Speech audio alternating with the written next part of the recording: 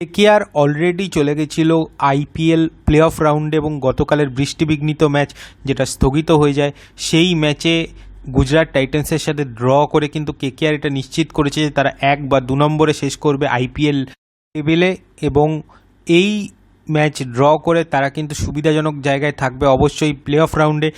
League স্টেজে যেই দল 1 এবং 2 নম্বরে শেষ করবে তারা কিন্তু বাড়তি সুবিধা পাবে প্লে অফ রাউন্ডে প্রথমে কিন্তু 1 এবং 2 নম্বর টিমের মধ্যে খেলা হবে এবং তাদের মধ্যে যে জয়ী হবে সে তো সরাসরি ফাইনালে চলে যাবেই, কিন্তু যেই টিম হেরে যাবে সেই ম্যাচটা তারা কিন্তু ছিটকে যাবে না। 3 এবং 4 নম্বর দলের মধ্যে হওয়া এলিমিনেটর ম্যাচে যেই দল জয়ী হবে তারা কিন্তু খেলবে 1 এবং 2 নম্বর টিমের মধ্যে যে ম্যাচটা হবে সেই ম্যাচের পরাজিত দলের সাথে এবং সেই ম্যাচে যেই দল জয়ী হবে তারাই কিন্তু যাবে আইপিএল ফাইনালে। তো সেই জায়গা থেকে ক্ষেত্রে প্রথম টিম এবং দ্বিতীয় টিম যারা হবে আইপিএল লিগ টেবিলে তারা কিন্তু দুবার সুযোগ পাবে আইপিএল ফাইনালে যাওয়ার। যদি তারা প্রথম ম্যাচটা হেরেও যায় তাহলেও কিন্তু ফিরে আসার জন্য আরেকটা ম্যাচ পাবে তারা। এবার আইপিএলে মেন্টর হিসেবে কেকেআরে ফিরে এসেছেন কিন্তু গৌতম গম্ভীর এবং তার এফেক্ট কিন্তু কেকেআরে এবার দেখা গেছে। এবার আইপিএল নিলামের সময় কেকেআর টিম নিয়ে কিন্তু অনেক কথা হয়েছিল, কিন্তু কেকেআরের পারফরমেন্স কিন্তু এবার অসাধারণ এবং কেকেআরের যেটা ব্যাপার সেটা হচ্ছে যে সুনীল নারিন কিন্তু এবার একটা চমক হিসাবে উঠে এসেছেন কেকেআরে। এতদিন তাকে কিন্তু বোলার হিসাবে ইউজ করা হতো, এবার কিন্তু একজন অলরাউন্ডারের রোলে তিনি খেলছেন। একদিকে ওপেনিংয়ে নেমে তিনি ঝড়ের গতিতে রান তুলছেন আর অন্যদিকে দলের অন্যতম গুরুত্বপূর্ণ উইকেট টেকার তিনি।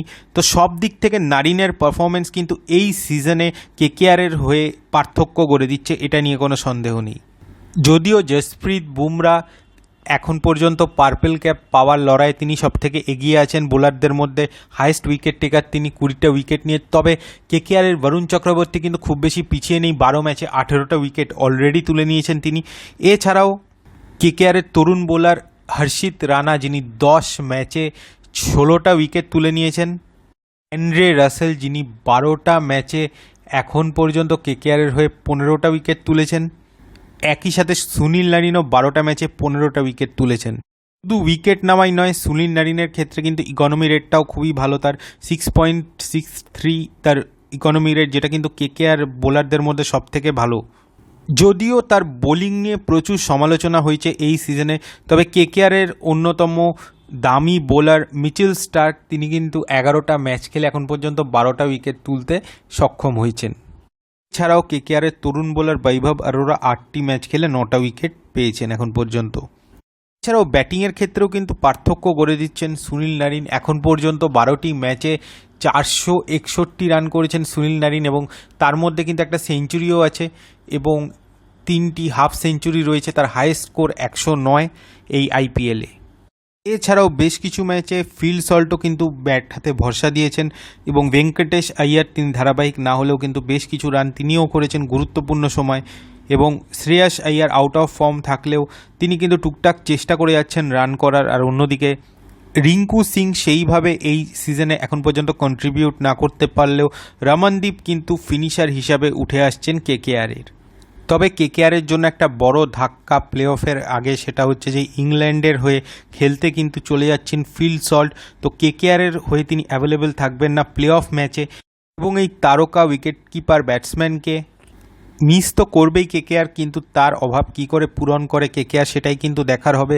ফিল সল্ট এখন পর্যন্ত 12টা ম্যাচ খেলে 435 রান করেছেন, 89 তার হাইয়েস্ট স্কোর এই আইপিএলে এবং অ্যাভারেজ তার 39.55 এবং 4টে হাফ সেঞ্চুরি কিন্তু করেছেন তিনি এই সিজনে।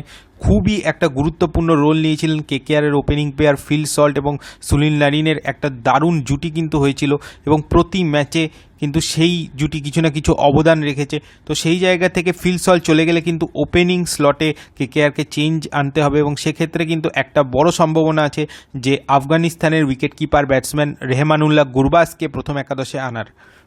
রেহমানুল্লাহ গুরবাজের আগের সিজনে যে পারফরমেন্স সেটা কিন্তু যথেষ্ট ভালো ছিল, কিন্তু এই সিজনে এখন পর্যন্ত একটা ম্যাচও তিনি খেলেননি।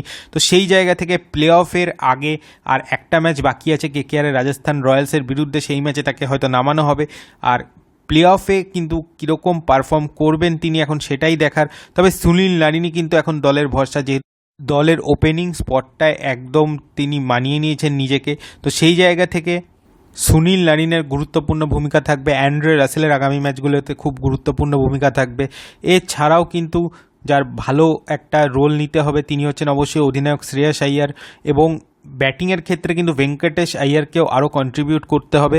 তিনি কিছু ম্যাচে ভালো খেলেছেন, কিন্তু প্লে অফ ম্যাচগুলোতে কিন্তু ভালো পারফর্ম করতে হবে ভেঙ্কটেশ আইয়ারকে। কেকেআরের জন্য স্বস্তির খবর, নীতিশ রানা ফিরে এসছেন, এবং আরেকটা স্বস্তির খবর যে তাদের কিন্তু মনীষ পান্ডে একটা ম্যাচ খেলে এখন পর্যন্ত তিনি কিন্তু একটা ম্যাচেই 42 রান করেছেন, এবং সেই ম্যাচে কিন্তু যথেষ্ট ভালো পারফর্ম করেছেন মনীষ পান্ডে। তো সেই জায়গা থেকে ব্যাটিংয়ে তাদের কিন্তু গভীরতা আছে, তো এই অভাবটা তাদেরকে কিন্তু পূরণ করতে হবে ফিল সল্ট চলে যাওয়ার ফলে যে অভাবটা তৈরি হয়েছে। আর আইপিএল লিগ টেবিলের এখন পর্যন্ত যা অবস্থা তাতে কিন্তু রাজস্থান রয়্যালস ছাড়া কেকেআরকে কেউ টপকাতে পারবে না। কিন্তু রাজস্থান রয়্যালসকে যদি শেষ পর্যন্ত কেকেআরকে টপকাতে হয় তাহলে কিন্তু কেকেআরের বিরুদ্ধে তাদের যে ম্যাচটা হবে সেই ম্যাচে কিন্তু রাজস্থান রয়্যালসকে জিততে হবে, কারণ কেকেআর রান রেটে তো রাজস্থান রয়্যালসের থেকে এগিয়েও আছে। কিন্তু কেকেআরের বিরুদ্ধে যদি রাজস্থান রয়্যালস কোনোভাবে হেরে যায় তাহলে কিন্তু কেকেআরের ওপরে শেষ করতে পারবে না রাজস্থান রয়্যালস। সেক্ষেত্রে কিন্তু 1 নম্বর টিম হিসাবেই প্লে অফে চলে যাবে কেকেআর। তো এখন এটাই দেখা শেষ পর্যন্ত প্লে অফে কীরকম পারফর্ম করে কেকেআর, এবং আগামী ম্যাচগুলোতে ফিল সল্টের যে অভাব সেটা কীভাবে পূরণ করে তারা। তো এই ভিডিওটাই পর্যন্ত রাখছি। ভিডিওটা ভালো লাগলে অবশ্যই লাইক, শেয়ার এবং কমেন্ট করুন, এবং যারা আমার চ্যানেল নতুন এসেছেন বা আমার চ্যানেলটিকে এখনও সাবস্ক্রাইব করেননি প্লিজ আমার চ্যানেলটিকে সাবস্ক্রাইব করে নেবেন। তো চলুন এখনকার মতো টাটা।